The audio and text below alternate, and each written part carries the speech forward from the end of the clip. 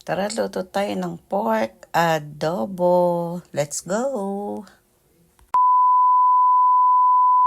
Dahil pumasok nga yung aking habibi, so naisip ko magluto ako ng pork adobo para may baon siya kinabukasan. Kasi nga hindi siya pwede ng may sabaw or may ginataan or anything na may mga sauce kasi madali siyang mapanis. Kaya naisip ko mag-adobo na lang ako. So, ayun na nga. Dahil nga may OJT siya sa trabaho, so kailangan niya magbaon. Baka mangayayat yung baby ko. Kaya ginawa ko, sinarapan ko talaga yung luto ko. Dahil alam ko, lahat ng luto ko ay paborito daw niya. Kaya sa awa naman ng Diyos, ayun, lumulobo na. Sa sobrang kanyang kadadayet daw ko, no.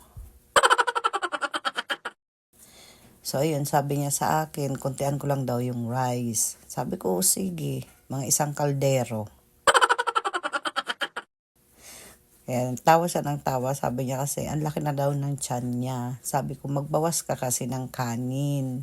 Nung pala, nung nag-seminar pa siya or nagtitraining pa pala siya, libre pala ang food, unlimited. Kaya sa awa naman ng Diyos, pati yung tiyan niya, unlimited na din. Kaya yun, nakaulbi na daw yung tiyan niya. Siya rin naman yung nahihirapan. Kaya tawa ko ng tawa kasi inis na inis siya sa sarili niya. Sabi ko, bawas-bawasan din kasi. Hindi nga siya nagbabaon mga nakaraang linggo.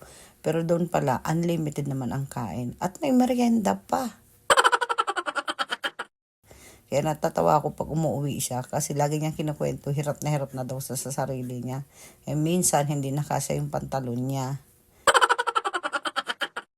Inis na inis talaga sa sasampa sa motor niya kasi hindi nagkakasya.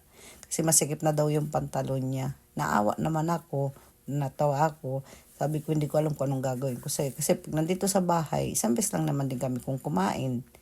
Ang pangalawa lang naman is yung papasok na siya, sabay kami kumakain. Kaso nga lang, hindi ko lang maintindihan bakit ganun.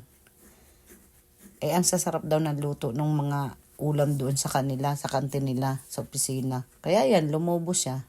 Ang ending, kain pa. Kaya sabi niya sa akin, wag ko na lang daw masyadong sarapan. Tabangan ko na lang daw para mawalan daw siya ng gana. Talaga ba? Totoo ba, mahal? Kaya sabi ko, o sige.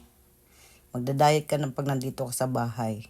Dapat mag-diet ka din pagdating sa trabaho. Kasi ang ending, ako yung nasisisi. Kasalanan ko din naman kasi ini-spoil ko siya pagdating dito sa bahay. Kagaya kahapon, binilhan ko siya ng 2 box na hopya. Yung mga paborito niya. Eh hindi ako nakapagsaing nung gabi, nagutom pala siya. Sus, naawa naman ako kinabukasan, kinain niya hopya at saka yung adobo. O diba, tipid siya sa kanin. Bumawi naman sa hopya. Sa awa naman ng Diyos. Naubos yung isang Tupperware pagdilat ko. Nasa hugasan na yung Tupperware, wala ng laman. So, ayan na nga, sabay na nga kami kumain. Sabi sa kanya, kontian mo lang yung kain. Yan, sabi sa kanya, magkamay na tayo para masarap yung kain natin. Kaya sabi niya, sige. At saka sarap kasi kumain pag magkasama kayo. Lalo na pag nagkukwentuhan kayo mag-asawa kung ano yung nangyari sa maghapon niya. Nangyari sa maghapon mo dito sa bahay. Kaya napapasarap yung kain namin. So, ganyan lang kami. Everyday na umuwi siya galing sa trabaho.